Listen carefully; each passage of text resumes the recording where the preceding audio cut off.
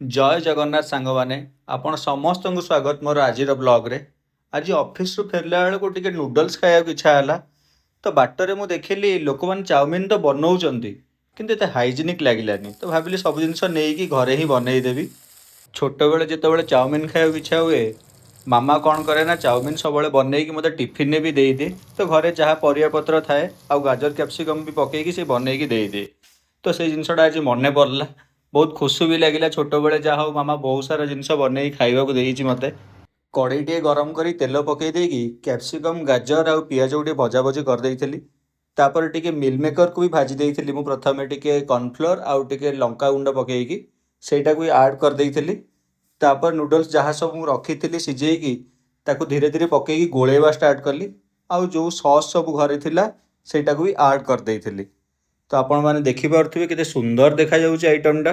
ନିହାତି ଭାବରେ ଆପଣମାନେ ବନେଇବାକୁ ଟ୍ରାଏ କରିବେ। ପୁଣି ଦେଖା ହେବ ଆମମାନଙ୍କର ନେକ୍ସଟ ବ୍ଲଗ୍ରେ। Bye bye.